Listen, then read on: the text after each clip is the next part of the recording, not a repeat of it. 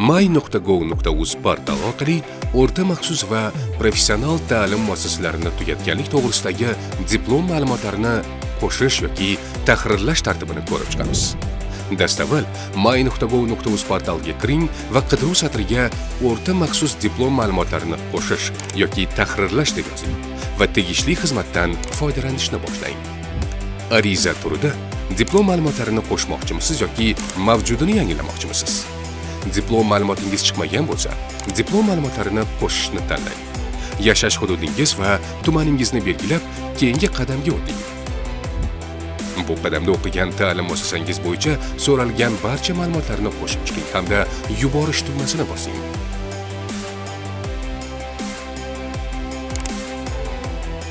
Endi barcha ma'lumotlarni qayta tekshirib chiqib, yuborish tugmasini bosing.